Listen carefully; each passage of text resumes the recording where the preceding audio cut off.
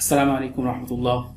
আজ আমরা কথা বলবো জাকাতুল ফিতর নিয়ে। যেহেতু রমাদান প্রায় শেষ হয়ে আসছে এবং এটি আমাদের একটি দায়িত্ব, জাকাতুল ফিতর বা যেটাকে আমরা বাংলা ভাষায় অনেকে ফিতরা বলে থাকি। ফিতরা নামটি আরবিকেও প্রচলিত রয়েছে। সো এই জাকাতুল ফিতর বা ফিতরা নিয়ে আজকে আমরা জানবো। একটা জিনিস আমাদের মনে রাখা উচিত যে জাকাতুল ফিতর খুব ইম্পর্টেন্ট একটা ইবাদত এবং এটি আমাদের উপর ওয়াজিব, যেটা আমরা পরবর্তীতে দেখবো। এবং অনেক সময় আমরা এ ব্যাপারে খুব একটা পড়াশোনা না করেই ভুলভাবে দিই বা অনেক হয়তো না দিয়েও বসে থাকি। সো এ ব্যাপারে একটু ভালো করে জেনে নেওয়াটা আমাদের খুব প্রয়োজন। প্রথম কথা হচ্ছে জাকাতুল ফিতর জিনিসটা কি এবং কেন আমরা এটি দিই। জাকাতুল ফিতর হচ্ছে রমাদান মাস শেষ হলে একটি ধার্য জাকাত। এটি একটি বিশেষ ধরনের জাকাত। আমরা সাধারণত যে জাকাত দিয়ে থাকি এটার বাইরের একটি জাকাত, এটা যেটা আমরা শুধুমাত্র রমাদান মাস শেষ হলেই দিই। জাকাতুল ফিতর নাম দেওয়া হচ্ছে এই কারণেই যে ফিতর কথার অর্থ হচ্ছে ইফতার বা রোজা না রাখা। তো যেহেতু রমাদান মাস শেষ হচ্ছে এবং রমাদান মাস শেষ হওয়ার পর আমরা এখন রোজা ভেঙে ফেলছি, এর অর্থ হচ্ছে রোজা রাখা বন্ধ করছি। এটার উপলক্ষে আমরা এই জাকাতটা দিয়ে থাকি। কেন দিয়ে থাকি? দেওয়ার কারণটা হচ্ছে এই, প্রথমত রোজার ভুল ত্রুটির প্রায়শ্চিত্ত হিসাবে। আমরা এতদিন রোজা রেখেছি, এই রোজাতে অবভিয়াসলি প্রচুর ভুল ত্রুটি ছিল মানসিকভাবে এবং শারীরিকভাবে। সো সেই ভুলগুলোর প্রায়শ্চিত্ত হিসেবে, যাতে আল্লাহ সুবহানাহু ওয়া তাআলা সেই ভুল ত্রুটিগুলো ওভারলুক করে যান, সেজন্য আমরা জাকাতুল ফিতর দিই। এটি একটি কারণ। দ্বিতীয় কারণটি হচ্ছে মিসকিনদের খাওয়ানোর জন্য, অর্থাৎ দরিদ্র লোক যারা নিজে থেকে ভালো খেতে পারে না, তাদের খাওয়ার একটা ব্যবস্থা করে দেওয়ার জন্য। এবং একটি হাদিসে পাওয়া যায় যে আল্লাহ রাসূল সাল্লাল্লাহু আলাইহি ওয়াসাল্লাম জাকাতুল ফিতরের কারণ হিসেবে বলছেন তু'মাতুন লিল মাসাকিন, অর্থাৎ মিসকিনদের খাওয়ানোর একটি কারণ হিসাবে জাকাতুল ফিতর দেওয়া হচ্ছে। এবং আরেকটি কারণ যেটি ওলামারা অনেকে বলেছেন, সেটি হচ্ছে যে একে অপরের মাঝে ভাগ বাটোয়ারা করা, সমাজে একটা আদান প্রদানের একটা মানসিকতা চালু করার জন্য জাকাতুল ফিতর দেওয়া হয়। যেহেতু রমাদান মাস শেষ হয়ে যাচ্ছে এবং ঈদ এসে পড়ছে এবং আমরা অনেক আনন্দ ফুর্তি করব, কিন্তু আল্লাহ সুবহানাহু ওয়া তাআলা যেন এই জাকাতুল ফিতরের বিধানটি দেওয়ার মাধ্যমে আমাদের মনে করিয়ে দিচ্ছেন যে আনন্দ শুধুমাত্র একা একা করার জিনিস নয় বা সেলফ সেন্টার্ড হয়ে থাকার জিনিস নয়, বরং এই আনন্দ সবার মাঝে ছড়িয়ে দেওয়ার একটা দায়িত্ব ইসলাম আমাদের দেয়। আরেকটি জিনিস অবশ্যই জেনে রাখা দরকার, সেটা হচ্ছে জাকাতুল ফিতর অলমোস্ট সব আলেমদের মতে, বিশেষ করে 4 মাযহাব অনুযায়ী ফরজ। এটা অবশ্যই দিতে হবে। এটি ফরজ এর একটি দলিল হিসাবে সূরাতুল আ'লাতে আমরা দেখছি আল্লাহ সুবহানাহু ওয়া তাআলা বলছেন যে قد أفلح من تزكى وذكر اسم ربه فصلى, অর্থাৎ সেই সফল হলো যে তাজাক্কা করলো। এবং এর অর্থ বলতে গিয়ে ইবনে ওমর, একজন সাহাবী, তিনি বলছেন যে অর্থ হচ্ছে যেটি জাকাতুল ফিতর দিলেন। তিনি এই তাফসীর করছেন এই আয়াতের, যে সে সফল হলো যে জাকাতুল ফিতর দিল, ওয়া যাকারা ইসমা রাব্বিহি ফাসাল্লা, এবং যে আল্লাহকে স্মরণ করলো এবং নামাজ পড়লো। এবং তিনি বলছেন এই নাম হচ্ছে ঈদের নামাজ। সো এটি একটি। আরেকটি হাদিস থেকে আমরা সরাসরি এরকম একটি মত পাই, যেখানে আল্লাহ রাসূল সাল্লাল্লাহু আলাইহি ওয়াসাল্লাম বলছেন যে, ইনফ্যাক্ট আল্লাহ রাসূল সাল্লাল্লাহু আলাইহি ওয়াসাল্লাম বলছেন না, ইবনে ওমর তিনি নিজেই এই হাদিসটি বর্ণনা করছেন। তিনি বলছেন যে ফারাদা রাসূলুল্লাহ সাল্লাল্লাহু আলাইহি ওয়াসাল্লাম যাকাতাল ফিতর সাআন মিন তামর আও সাআন মিন শাঈর আলা আল হুররি ওয়াল আবদ ওয়াল যাকারি ওয়াল উনসা ওয়াস সাগীরি ওয়াল কাবীরি মিনাল মুসলিমিন। অর্থাৎ আল্লাহ রাসূল সাল্লাল্লাহু আলাইহি ওয়াসাল্লাম যাকাতুল ফিতরকে ফরজ করেছেন প্রত্যেক মুক্ত এবং দাস ব্যক্তির উপর, প্রত্যেক পুরুষ এবং মহিলার উপর, এবং মুসলিমদের প্রত্যেক ছোট এবং বড়দের উপর। সুতরাং এই হাদিসে আমরা একদম স্পেসিফিকলি বিধান পাচ্ছি যে জাকাতুল ফিতরকে আল্লাহ রাসূল সাল্লাল্লাহু আলাইহি ওয়াসাল্লাম ফরজ করেছেন। কার উপর ফরজ জাকাতুল ফিতর? জাকাতুল ফিতর প্রত্যেক মুসলিম সামর্থ্যবান ব্যক্তির উপর ফরজ। এখন সামর্থ্যবান ব্যক্তি বলতে কাকে বোঝানো হচ্ছে, এর একটি ব্যাখ্যা দিচ্ছেন হানাফি আলেমরা। তারা বলছেন যে যার জাকাত দেওয়ার সামর্থ্য হচ্ছে সেই জাকাতুল ফিতর দেবে। এখানে জাকাত বলতে কিন্তু আমরা আমাদের যে নর্মাল যে জাকাত, যেটি আমরা বছরে আমাদের অর্থের উপর, আমাদের সম্পদের উপর বেস করে দিই, সেই জাকাতের কথা বলা হচ্ছে। মূল যে জাকাত সেই জাকাতের কথা বলা হচ্ছে। সেই জাকাত দেওয়ার সামর্থ্য যার আছে সে এই জাকাতুল ফিতর দেবে, এটা হানাফি আলেমদের মত। অপরদিকে বাকি তিন মাযহাবের আলেমরা বলছেন যে জাকাতের সামর্থ্য জরুরি নয়, বরঞ্চ ইনফ্যাক্ট যে ব্যক্তির ঈদের রাতে ও দিনে যা তার এবং তার পরিবারের খাওয়া দরকার, সেই খাদ্যের চেয়ে যদি এক সা পরিমাণ বেশি খাদ্য থাকে তাহলে তাকে জাকাতুল ফিতর দিতে হবে। এক সা হচ্ছে জাকাতুল ফিতরের যে পরিমাণটা জাকাত হিসাবে দিতে হয়, জাকাতুল ফিতর হিসেবে দিতে হয়, সেই এক সা, যেটার ব্যাখ্যা আমরা পরে বলবো। সা হচ্ছে একটা অ্যারাবিক পরিমাপ।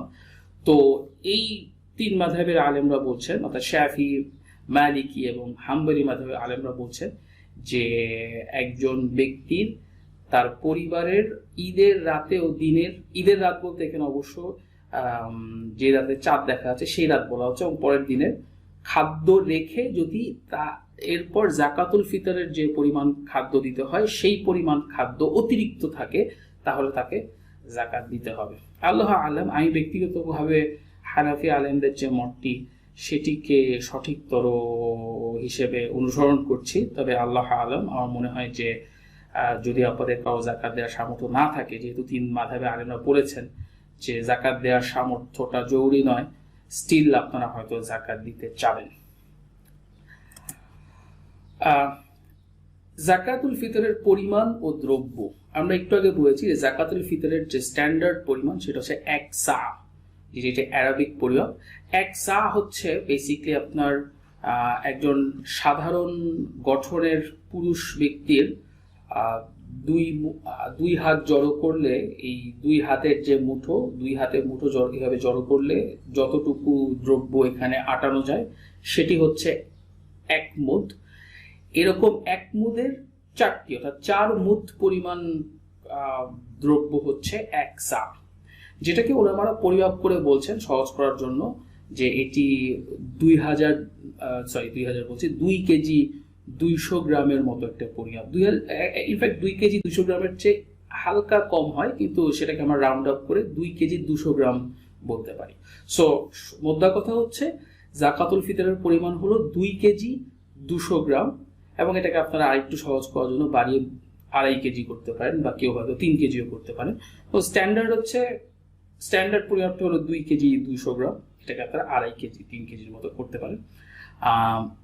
সো এই যে 2 কেজি 200 গ্রাম, এটা কিসের, কোন ধরনের দ্রব্যের 2 কেজি 200 গ্রাম আমাদের জাকাতুল ফিতর হিসাবে দিতে হবে? আমরা হাদিসগুলো ঘেটে সাধারণত 4 ধরনের খাদ্যের বর্ণনা পেয়েছি। প্রধানত একটি হচ্ছে বার্লি, দ্বিতীয়টি হচ্ছে গম বা হুইট, তৃতীয়টি হচ্ছে খেজুর, এবং চতুর্থটি হচ্ছে কিসমিস। যেমনটি বেশ কিছু হাদিসে আমরা পেয়েছি, বিশেষ করে আবু সাঈদ আল খুদরি রাদিয়াল্লাহু আনহু বর্ণিত একটি হাদিসে আমরা এই 4 ধরনের খাবারের বর্ণনা পেয়েছি, এবং এই 4 ধরনের খাবারের এক সা পরিমাণ জাকাতুল ফিতর হিসেবে দিতে হবে সেটি তিনি উল্লেখ করেছেন। অন্যান্য কিছু হাদিসে আমরা পনির বা চিজের উল্লেখও পেয়েছি, এবং এরকম আরো টুকটাক একটা দুটো খাবারের উল্লেখ রয়েছে। কিন্তু প্রধান 4টি হচ্ছে যে প্রথম যে 4টি ছবিতে, অর্থাৎ বার্লি, গম, খেজুর এবং কিসমিস বা রেইজিন, এই 4 ধরনের জিনিসের কথা এসেছে। এখানে একটা জিনিস যেটা জেনে রাখা দরকার সেটা হচ্ছে এই যে বার্লি বা গম, এটার মৌলিক ফর্মে আপনার 2 কেজি 200 গ্রাম বা 2.5 কেজি যেটা আপনি ঠিক করেছেন সেই পরিমাণ দিতে হবে। মৌলিক ফর্ম বলতে আমি বোঝাচ্ছি যে গুঁড়ো করার আগে। অবভিয়াসলি এই মৌলিক ফর্মে 2 কেজি 200 গ্রাম বা 2.5 কেজি মাপ করার পর যদি আপনি সেটাকে গুঁড়ো করে দেন, এবং গুঁড়ো করলে যদি পরিমাণ কমে যায় বা ওজন কমে যায় তাতে কোনো সমস্যা নেই। মূলত এই মৌলিক ফর্মেই 2 কেজি 200 গ্রাম বা 2.5 কেজি পরিমাপ করলেই আপনার চলবে। কিছু কিছু হাদিসে, যেমন আবু সাঈদ আল খুদরি রাদিয়াল্লাহু আনহু বর্ণিত হাদিসে আমরা পাচ্ছি যে মুআবিয়া রাদিয়াল্লাহু আনহু কোনো দামি খাবারকে 1 সা পরিমাণ না ধরে অর্ধ সা বা অর্ধেক সা পরিমাণ ধরার পারমিশন দিয়েছেন। সেক্ষেত্রে সেটা 2 কেজি 200 গ্রাম থেকে 1 কেজি 100 গ্রাম হয়ে যায় যদি খাবারটি দামি হয়ে থাকে সেক্ষেত্রে। তবে আবু সাঈদ আল খুদরি মুআবিয়া রাদিয়াল্লাহু আনহুর এই মতের সাথে একমত হননি। সো আমরাও মোটামুটি 1 সা বা 2 কেজি 200 গ্রাম বা 2.5 কেজি পরিমাণে স্টিক করতে পারি।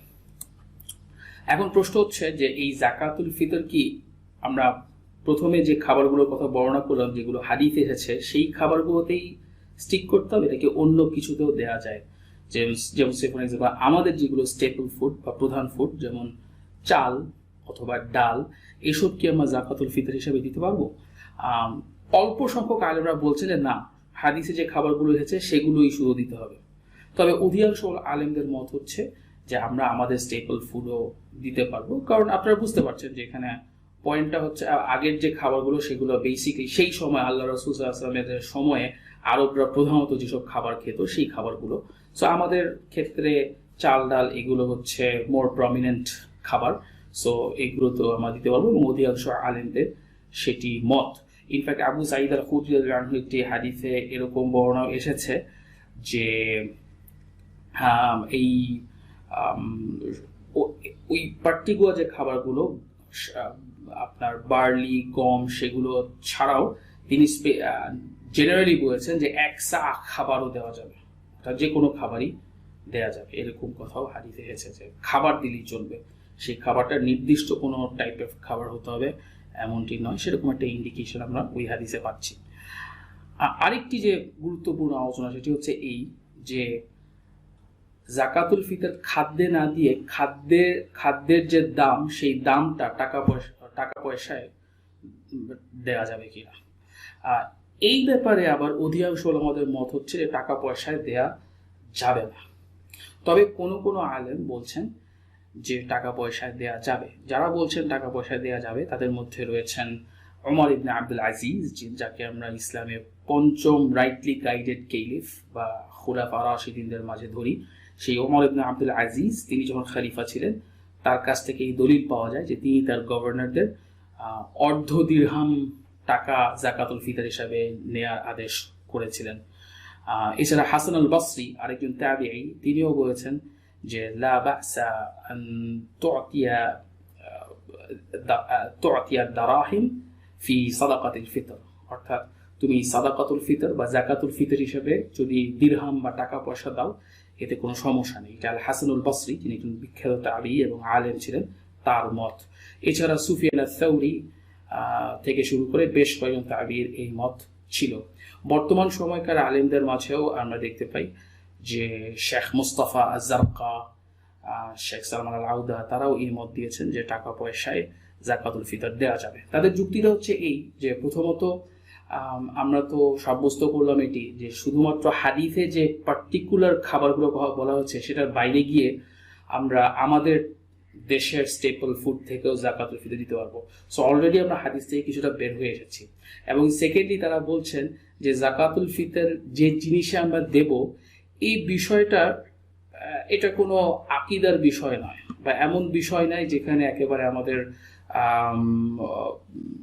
পান থেকে চুন খসা যাবে না, এরকম বিষয় নয়। এই বিষয়টি বেসিকলি গরিবদের যা দিলে তাদের বেশি উপকার হবে তার সাথে সংশ্লিষ্ট, এবং অবভিয়াসলি অনেক ক্ষেত্রেই গরিবদের জন্য এ ধরনের খাদ্যদ্রব্য না দিয়ে বরং টাকা পয়সা দেওয়াটা বেশি উপকারী হতে পারে। বিশেষ করে আমাদের দেশে এবং বাইরের অনেক দেশেও এরকম হয়ে থাকে যে অনেক সময় গরিবকে যদি আপনি খাদ্যদ্রব্য দেন সেটা সে আলটিমেটলি বিক্রি করে টাকা পয়সাই নেয়ার চেষ্টা করে খোলা বাজারে বিক্রি করে। সেক্ষেত্রে অ্যাকচুয়ালি তার কিছুটা ক্ষতি, কারণ খাদ্যদ্রব্য নিয়ে যদি সে বিক্রি করতে যায় তাহলে এরকম চান্স আছে যে সে টাকায় হয়তো কম পাবে। তার চেয়ে বরং তাকে এইটাই যদি হয়ে থাকে সেক্ষেত্রে হয়তো তাকে টাকা দেওয়াটাই বেটার। আমরা বলছি না যে টাকাই দিতে হবে, অবভিয়াসলি যেহেতু অধিকাংশ আলেমরা খাবারের কথা বলছেন আপনি হয়তো খাবার দিতে চাবেন, তবে আমি যে মতটি অনুসরণ করছি সেটি অনুযায়ী টাকা পয়সাও দেওয়া যাবে, কারণ যে মতগুলো আমরা অলরেডি বলছি। এবং এখানে সাবধানতা অবলম্বন করা উচিত, এটি জাস্ট আমাদের মস্তিষ্ক থেকে বের হয়ে আসা কোনো মত নয়। অনেক আলেম সেটি বলেছেন, আগে এবং পরের বহু আলেমরাই এ ধরনের মত দিয়েছেন। যদিও আমরা স্বীকার করছি যে অধিকাংশ আলেমের মত হচ্ছে যে শুধুমাত্র খাদ্যদ্রব্যেই জাকাত দিতে হবে। সো আজকে এই ভিডিওতে আমরা জানলাম প্রথমত জাকাতুল ফিতর প্রত্যেক সামর্থ্যবান মুসলিমের উপর ফরজ, এবং সামর্থ্যবান মুসলিম বলতে আমরা কি বোঝাচ্ছি সেটা আমরা অলরেডি ব্যাখ্যা করেছি। জাকাতুল ফিতরের পরিমাণ হচ্ছে 1 সা বা 2 কেজি 200 গ্রাম খাবার, যেটাকে আপনি রাউন্ড আপ করে 2.5 কেজি করতে পারেন। হাদিসে নির্দিষ্ট খাদ্যদ্রব্য ছাড়া অন্যান্য খাদ্যদ্রব্যও দেওয়া যাবে।